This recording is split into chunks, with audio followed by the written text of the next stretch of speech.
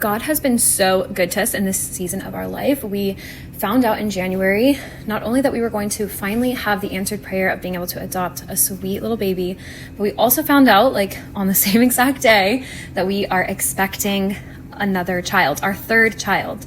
And so as huge of a blessing and answered prayer as that is, like we totally were trying to give all of the control to God about growing our family. And he definitely answered that prayer. It was just in a very unexpected way. And so now we are kind of in this position where we really, really needed to move ASAP. We were outgrowing our home very rapidly. We wanted something that had a yard where the kids could grow and play. We wanted a house we could really grow into. And the house that we had was just so small. There was no yard. And we knew it was not going to work for our family long term. So we started on the process of finding a new house. And it was so stressful. The market was so insane. And so we started looking, and we started to feel a little bit doubtful that we would find anything that was bigger than what we were living in. A lot of it was way out in the country, so far away from our friends and family, but we were willing to compromise and just find something that was going to work. But honestly, we weren't finding a lot, even way out there.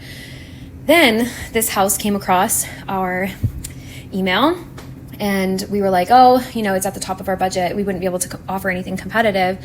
And, but it's in such a good location. And we were just, we didn't seriously consider it, but we were, looking at this house like it would be really great.